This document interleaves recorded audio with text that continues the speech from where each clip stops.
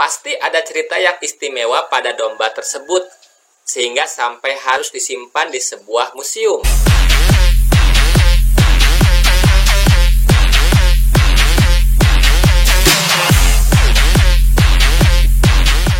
Assalamualaikum warahmatullahi wabarakatuh. Pada pertemuan kita yang kedua ini, kita akan membahas tentang peran bioteknologi dalam kehidupan manusia yang ada pada KD 3.7 dan KD 4.7. Target belajar pada pertemuan kita kali ini adalah, yuk kita mulai saja pembelajaran kita yang kedua. Perhatikan gambar. Pasti ada cerita yang istimewa pada domba tersebut, sehingga sampai harus disimpan di sebuah museum. Cerita domba Dolly lengkapnya bisa kalian search di internet ya. Singkatnya, Dolly adalah salah satu hasil bioteknologi modern, yaitu cloning yang sukses dikembangkan oleh para ilmuwan. Nah, sekarang kita akan belajar bagaimana peran bioteknologi dalam kehidupan manusia. Seiring dengan perkembangan zaman, bioteknologi dikembangkan dalam berbagai sendi kehidupan, di antaranya industri obat-obatan, yaitu insulin, yang digunakan untuk mengobati penyakit diabetes. Apa itu insulin?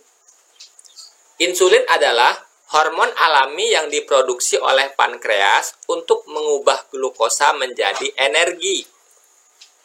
Sekarang, tidak perlu lagi mengorbankan orang yang sehat untuk diambil insulinnya. Saat ini, insulin manusia telah berhasil diproduksi secara massal dengan menggunakan bakteri Escherichia coli. Terus yang kedua pada bidang pertanian, yaitu hidroponik. Hidroponik adalah merupakan sistem pertanian modern tanpa menggunakan media tanah, tetapi menggunakan media air. Terus yang kedua adalah kultur jaringan, yaitu cara menumbuhkan jaringan tumbuhan di dalam media buatan di laboratorium.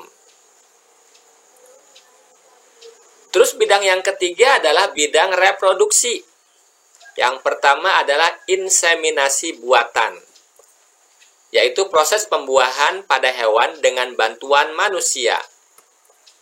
Kemudian cloning, yaitu proses menghasilkan individu-individu dari jenis yang sama yang identik secara genetik tanpa melalui proses perkawinan.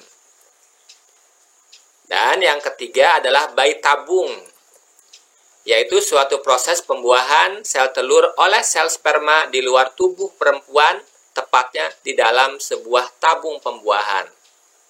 Dan masih banyak bidang-bidang yang lainnya. Selain membawa manfaat, ternyata bioteknologi dapat merugikan manusia jika dikelola tidak baik. Misalnya organisme transgenik di antaranya pada lingkungan akan menimbulkan hama baru yang lebih kuat daripada hama sebelumnya dan mengganggu keseimbangan ekosistem. Kemudian pada kesehatan dapat memicu munculnya penyakit baru atau bahkan kanker. Lalu pada sosial ekonomi membuat petani tradisional kalah bersaing dalam pemasaran sehingga dapat menimbulkan kerugian bagi petani tradisional. Kalau sudah paham, mari kita ke tugas. Tugas yang pertama, perhatikan gambar teknik rekayasa genetik berikut. Coba kalian jelaskan bagaimana proses cloning dilakukan oleh para ilmuwan terhadap domba sehingga menghasilkan keturunan yang memiliki sifat identik dengan induknya.